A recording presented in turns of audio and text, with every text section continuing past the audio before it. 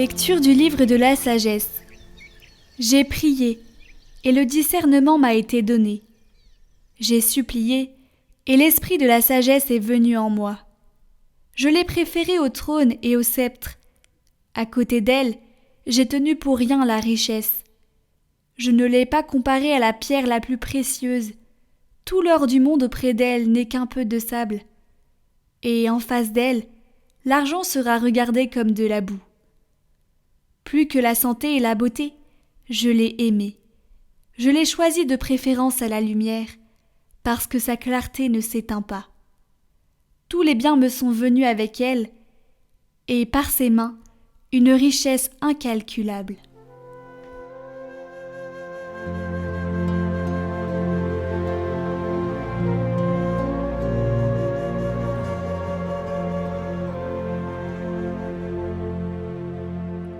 Rassasie-nous de ton amour, Seigneur, nous serons dans la joie. Apprends-nous la vraie mesure de nos jours, que nos cœurs pénètrent la sagesse. Reviens, Seigneur, pourquoi tarder ? Ravise-toi par égard pour tes serviteurs. Rassasie-nous de ton amour au matin, que nous passions nos jours dans la joie et les chants. Rends-nous en joie tes jours de châtiment, et les années où nous connaissions le malheur. Fais connaître ton œuvre à tes serviteurs, et ta splendeur à leurs fils. Que vienne sur nous la douceur du Seigneur notre Dieu. Consolide pour nous l'ouvrage de nos mains. Oui, consolide l'ouvrage de nos mains. Rassasie-nous de ton amour, Seigneur. Nous serons dans la joie.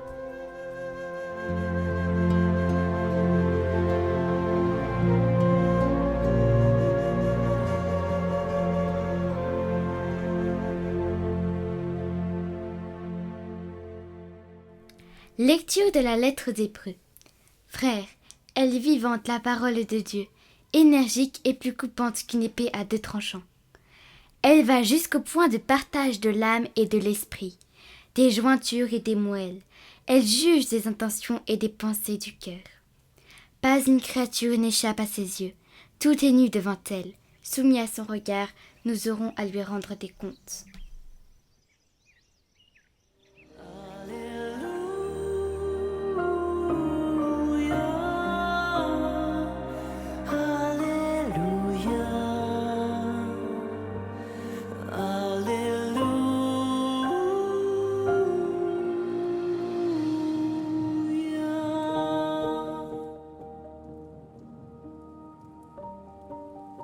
Heureux les pauvres de cœur, car le royaume des cieux est à eux.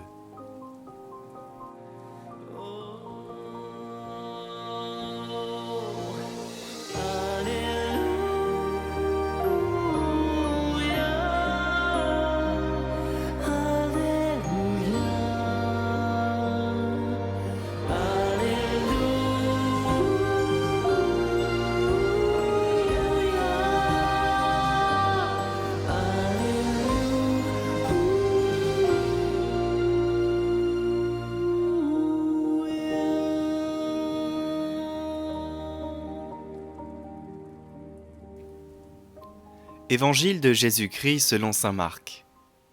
En ce temps-là, Jésus se mettait en route quand un homme accourut et tombant à ses genoux lui demanda « Bon maître, que dois-je faire pour avoir la vie éternelle en héritage ?» Jésus lui dit « Pourquoi dire que je suis bon ? Personne n'est bon, sinon Dieu seul. Tu connais les commandements. Ne commets pas de meurtre, ne commets pas d'adultère, ne commets pas de vol, ne porte pas de faux témoignages. Ne fais de tort à personne. Honore ton père et ta mère. » L'homme répondit « Maître, tout cela je l'ai observé depuis ma jeunesse. » Jésus posa son regard sur lui et il l'aima. Il lui dit « Une seule chose te manque. Va, vends ce que tu as et donne-le aux pauvres. Alors tu auras un trésor dans le ciel.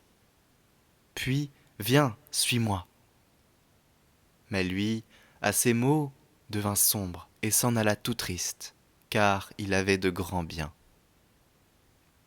Alors Jésus regarda autour de lui et dit à ses disciples : « Comme il sera difficile à ceux qui possèdent des richesses d'entrer dans le royaume de Dieu. Les disciples étaient stupéfaits de ces paroles. Jésus, reprenant la parole, leur dit « Mes enfants, comme il est difficile d'entrer dans le royaume de Dieu. Il est plus facile à un chameau de passer par le trou d'une aiguille qu'à un riche d'entrer dans le royaume de Dieu. » De plus en plus déconcertés, les disciples se demandaient entre eux « Mais alors, qui peut être sauvé ?»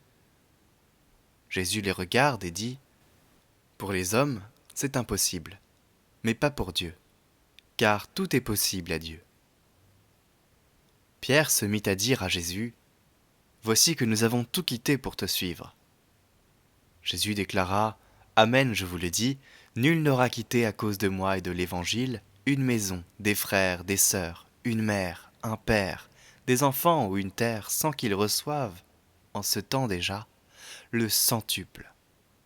Maison, frères, sœurs, mères, enfants et terre, avec des persécutions, et dans le monde à venir, la vie éternelle.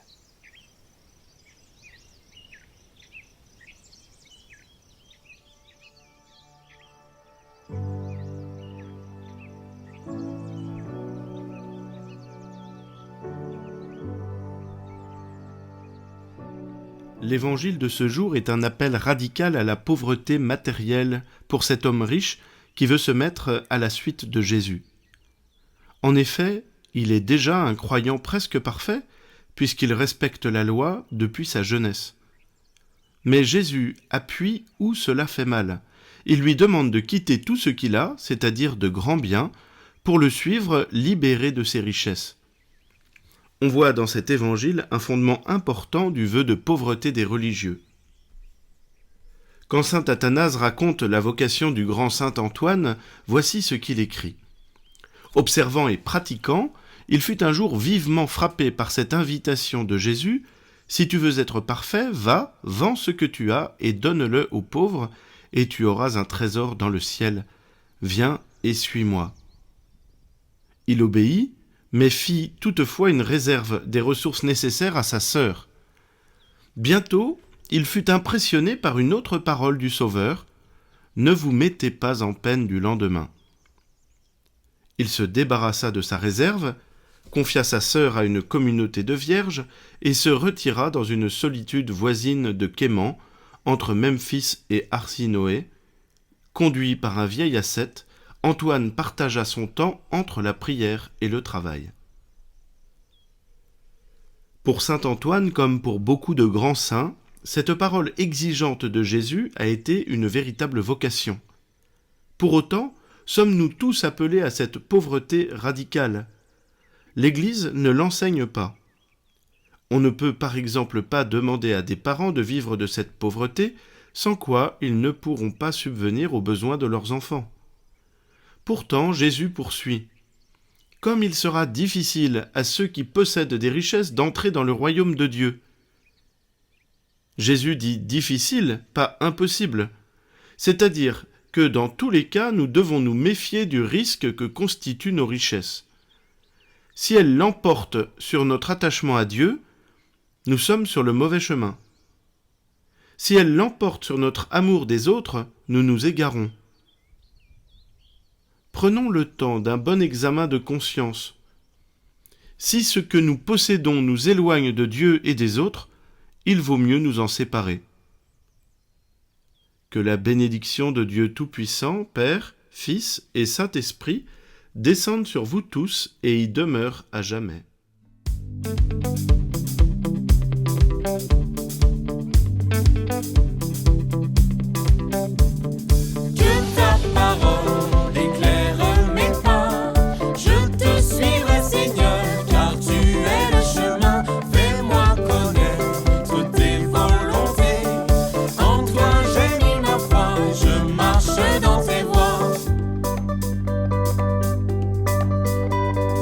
D'un grand espoir, j'espérais le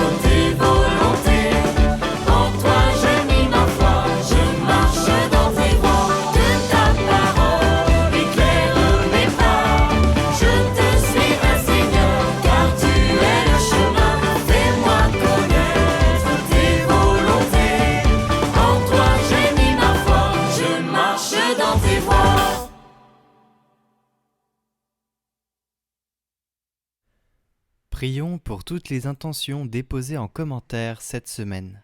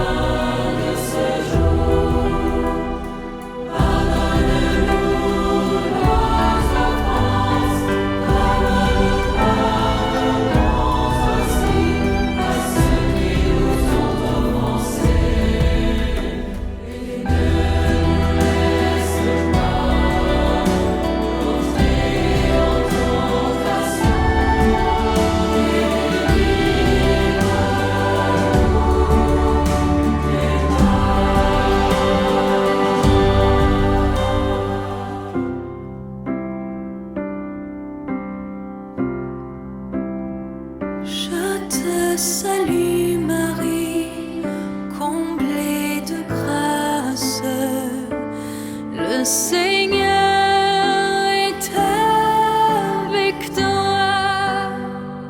Tu